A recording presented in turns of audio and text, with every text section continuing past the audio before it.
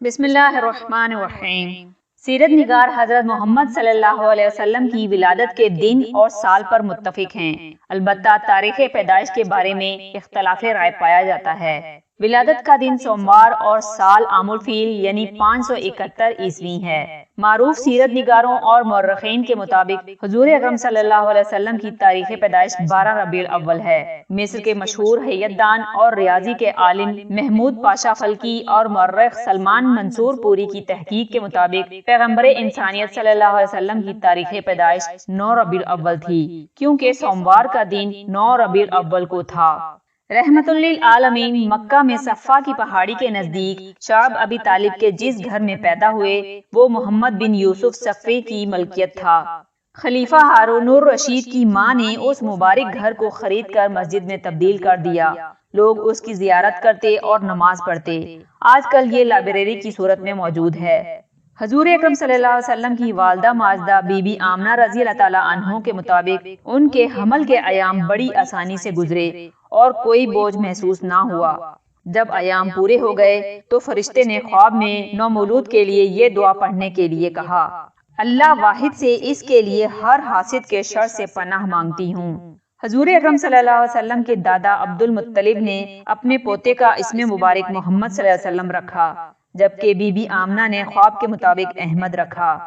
جب قریش نے جناب عبد المطلب سے منفرد نام رکھنے کی وجہ پوچھی تو انہوں نے کہا کہ محمد نام اس لیے رکھا تاکہ میرے فرزند کی تعریف دونوں جہاں میں ہو۔ جناب عبد المطلب اپنے پوتے کو گود میں اٹھا کر کعبہ شریف میں لے گئے اور یہ دعا کی: سب تعریفیں اللہ کے لیے جس نے مجھے پاک آستینوں والا یہ بچہ عطا فرمایا۔ یہ اپنے پنگھوڑے میں سب بچوں کا سردار ہے، میں اسے بیت اللہ شریف کی پناہ میں دیتا ہوں۔ جناب عبد المطلب نے پیدائش کے 7ویں روز اونٹ ذبح کر کے عزیز و اقارب کی دعوت کی، جسے آج کل عقیقہ کہا جاتا ہے۔ رسم کے مطابق نومولود کے سر کے بال منڈوائے گئے اور بالوں کے وزن کے برابر سونا خیرات کیا گیا۔ حضور اکرم صلی اللہ علیہ وسلم کی والدہ نے 7 روز تک اپنے فرزند کو دودھ پلایا۔ اس کے بعد آپ صلی اللہ علیہ وسلم کے تایا ابو لہب کی کنیز صوبیہ نے آپ صلی اللہ علیہ وسلم کو دودھ پلایا اور دیکھ بھال کی۔ اس خدمت کے صلے میں حضور صلی اللہ علیہ وسلم جوان ہونے کے بعد صوبیہ سے حسن سلوک فرماتے رہے۔ آپ صلی اللہ علیہ وسلم مدینہ سے بھی صوبیہ کے لیے کپڑے اور خرچہ بھیجا کرتے تھے۔ بعض سیرت نگاروں نے حضور اکرم صلی اللہ علیہ وسلم کی ولادت کے مبارک موقع پر رونما ہونے والے معجزات کا ذکر کیا ہے۔ بحیرہ تبریہ خشک ہو گیا، کسریٰ نے اپنی حکومت کی بربادی کا خواب دیکھا، ایران میں زلزلہ آیا جس سے قصر شاہی کے کنگورے گر گئے، صدیوں سے جلتا آتش کدہ بجھ گیا، ایک جھیل سوکھ گئی، صحرا میں ایک ندی نمودار ہو گئی۔ حضرت ابن عباس رضی اللہ تعالیٰ عنہ سے روایت ہے کہ رسول اللہ صلی اللہ علیہ وسلم کی ولادت بھی سوموار کے دن، بعثت بھی سوموار کے دن، مکہ سے ہجرت بھی سوموار کے دن، مدینہ میں تشریف آوری بھی سوموار کے دن اور رحلت بھی سوموار کے دن ہوئی۔ اللہ تعالیٰ نے اپنے نبی صلی اللہ علیہ وسلم کو یتیم اور غریب پیدا کیا۔ نبوت کا منصب ہمیشہ غربا کو ہی ملتا رہا۔ قریش کو ایک اعتراض یہ بھی تھا کہ اللہ نے کسی امیر اور دولت مند کو نبوت کے منصب سے سرفراز کیوں نہ کیا۔ ارشاد ربانی ہے: اور اللہ نے تم کو غریب پایا پھر غنی کر دیا۔ حضرت عبداللہ بن عباس رضی اللہ تعالیٰ عنہ سے روایت ہے، رسول اللہ صلی اللہ علیہ وسلم نے فرمایا: اللہ تعالیٰ نے خلق کی تخلیق فرمائی تو مجھے سب سے اچھے گروہ میں رکھا، پھر قبائل کو چنا تو مجھے سب سے اچھے قبیلے میں رکھا، پھر گھرانوں کو چنا تو مجھے سب سے اچھے گھرانے میں رکھا، لہٰذا میں اپنی ذات کے اعتبار سے بھی سب سے اچھا ہوں اور اپنے گھرانے کے اعتبار سے بھی سب سے ممتاز ہوں۔ عرب میں رواج تھا کہ نومولود بچوں کو بدوی عورتوں کے سپرد کر دیا جاتا تھا تاکہ بچہ صحرا کی کھلی اور صاف ہوا میں پرورش پائے، نیز اس کی زبان فصیح اور جسم مضبوط ہو، وہ اس قابل ہو جائے کہ مصائب و تکالیف کا صبر و تحمل سے مقابلہ کر سکے۔ آپ صلی اللہ علیہ وسلم کی ولادت باسعادت کے موقع پر بھی چند بدوی عورتیں بچوں کو گود لینے کے لیے مکہ آئیں۔ قبیلہ بنو سعد کی حلیمہ بی بی کی گدھی چونکہ کمزور تھی لہٰذا وہ تاخیر سے پہنچی۔ اس دوران بدوی عورتوں نے امیروں کے بچوں کو گود لے لیا تھا۔ رسول اللہ صلی اللہ علیہ وسلم کو یتیمی کی وجہ سے کسی نے گود نہ لیا تو حلیمہ بی بی نے آپ صلی اللہ علیہ وسلم کو گود لے لیا۔ بی بی آمنہ رضی اللہ تعالیٰ عنہ نے حضرت محمد صلی اللہ علیہ وسلم کو حلیمہ بی بی کے سپرد کرتے ہوئے دعا کی کہ میں خدائے ذوالجلال سے پناہ مانگتی ہوں اس برائی سے جو پہاڑوں کے اوپر سے گزرتی ہے، تاکہ میں اس بچے کو حلال روزی کا حامل دیکھوں اور اپنے قرابت داروں کے ساتھ نیکی کرتا پاؤں اور دوسرے عوام الناس کے ساتھ بھی۔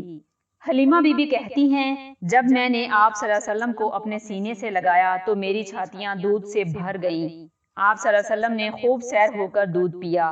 آپ صلی اللہ علیہ وسلم کی برکت سے رضائی بھائی بھی شکم سیر ہوا۔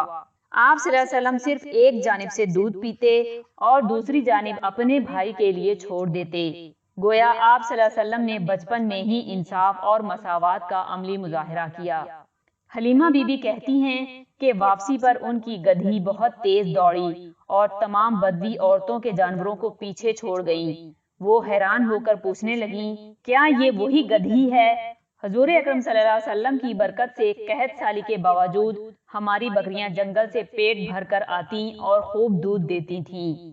حلیمہ بی بی نے عکاظ کے ایک سالانہ میلے میں شرکت کی۔ وہاں پر ایک یہودی فالگو نے آپ صلی اللہ علیہ وسلم کو دیکھ کر شور مچا دیا، لوگو آؤ اس بچے کو قتل کر دو ورنہ یہ بڑا ہو کر تم کو قتل کر دے گا۔ لوگوں نے حلیمہ بی بی سے پوچھا، کیا یہ یتیم ہے؟ حلیمہ بی بی نے کہا، نہیں، یہ میرا بچہ ہے اور اس کا باپ حارث ہے۔ یہودیوں نے کہا، اگر یہ یتیم ہوتا تو ہم اسے قتل کر دیتے۔ ابن اسحاق کے مطابق حضور اکرم صلی اللہ علیہ وسلم نے فرمایا کہ میں اپنے پدر بزرگوار حضرت ابراہیم علیہ السلام کی دعا اور حضرت عیسیٰ علیہ السلام کی بشارت ہوں۔ جب میری والدہ کو حمل ہوا تو انہوں نے دیکھا کہ ان کے اندر سے ایک ایسا نور نکلا جس کی روشنی میں انہیں ملک شام کے محل نظر آئے۔ قبیلہ بنی سعد بن بکر کی ایک عورت نے مجھے دودھ پلایا اور پرورش کی۔ ایک روز جب میں اپنے دودھ شریک بھائی کے ساتھ بکریاں چرا رہا تھا، دو آدمی سفید کپڑے پہنے ایک سونے کا تشت برف سے بھرا ہوا لے کر آئے۔ انہوں نے میرا سینہ چاک کیا اور میرے دل سے ایک سیاہ ٹکڑا نکال کر پھینک دیا، پھر میرے سینے اور دل کو برف سے دھویا یہاں تک کہ خوب پاک کر دیا۔ مورخ اس واقعے کو شق الصدر کا نام دیتے ہیں جو 4 سال کی عمر میں پیش آیا۔ ایک اور روایت کے مطابق فرشتوں نے آپ صلی اللہ علیہ وسلم کے دونوں شانوں کے درمیان مہر لگا دی۔ ایک روز حلیمہ بی بی حضور اکرم صلی اللہ علیہ وسلم کو دیکھنے اپنے گھر سے نکلیں۔ آپ صلی اللہ علیہ وسلم اپنی رضائی بہن کے ساتھ دھوپ میں کھیل رہے تھے۔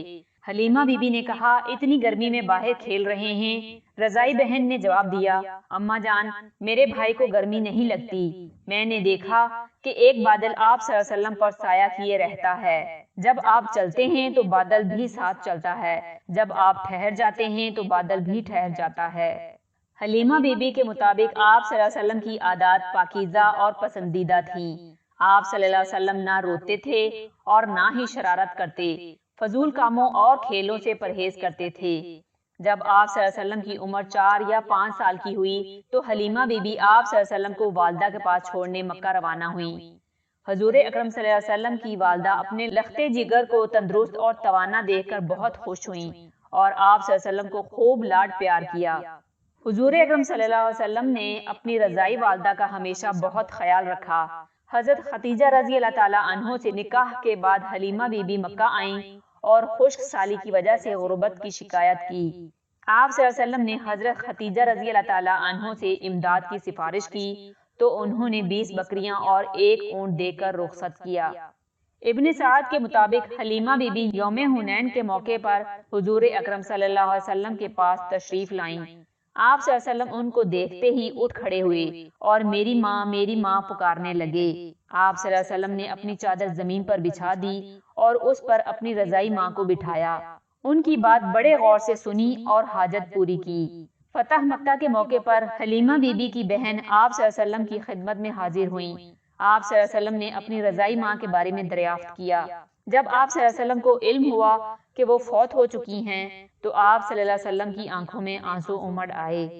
آپ صلی اللہ علیہ وسلم نے اپنی رضائی خالہ کو لباس، سواری کا جانور اور 100 درہم نقد دے کر رخصت کیا۔ آپ صلی اللہ علیہ وسلم کی رضائی بہن شیمہ غزوہ حنین کے قیدیوں میں شامل تھیں۔ جب وہ آپ صلی اللہ علیہ وسلم کی خدمت میں حاضر ہوئیں تو آپ صلی اللہ علیہ وسلم نے اس کی عزت کے لیے اپنی چادر بچھا دی اور اسے اپنے ہاں قیام کرنے کی پیشکش کی۔ شیما نے اسلام قبول کر لیا اور اپنی قوم کے پاس جانے کی خواہش کی۔ آپ صلی اللہ علیہ وسلم نے اپنی رضائی بہن کو غلام، لونڈی اور بکریاں دے کر رخصت کیا اور اس کی وجہ سے بنو سعد کے قیدیوں کو رہا کر دیا۔ قرآن پاک میں اللہ تعالیٰ نے ارشاد فرمایا، اور ہم نے انسان کو تاکید کی کہ وہ اپنے ماں باپ کے ساتھ نیکی کرے۔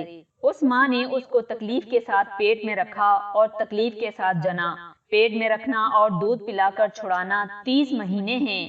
ایک صحابی نے حضور اکرم صلی اللہ علیہ وسلم سے دریافت کیا، یا رسول اللہ صلی اللہ علیہ وسلم، سب سے زیادہ میرے حسن سلوک کا مستحق کون ہے؟ آپ صلی اللہ علیہ وسلم نے فرمایا، تیری ماں۔ پھر پوچھا، اس کے بعد کون؟ آپ صلی اللہ علیہ وسلم نے فرمایا، تیری ماں۔ آپ صلی اللہ علیہ وسلم نے 3 بار یہی جواب دیا۔ چوتھی بار صحابی نے پوچھا تو آپ صلی اللہ علیہ وسلم نے فرمایا، تیرا باپ۔ حضرت ابو ہریرہ رضی اللہ تعالیٰ عنہ کی روایت کے مطابق حضور اکرم صلی اللہ علیہ وسلم نے فرمایا، اس شخص کی ناک خاک آلود ہو۔ پھر فرمایا، اس کی ناک خاک آلود ہو۔ پھر فرمایا، اس کی ناک خاک آلود ہو۔ صحابہ نے عرض کیا، یا رسول اللہ صلی اللہ علیہ وسلم، کس کی؟ آپ صلی اللہ علیہ وسلم نے فرمایا، جس نے اپنے والدین میں سے ایک کو یا دونوں کو بڑھاپے میں پایا اور پھر ان کی خدمت کر کے جنت میں داخل نہ ہوا۔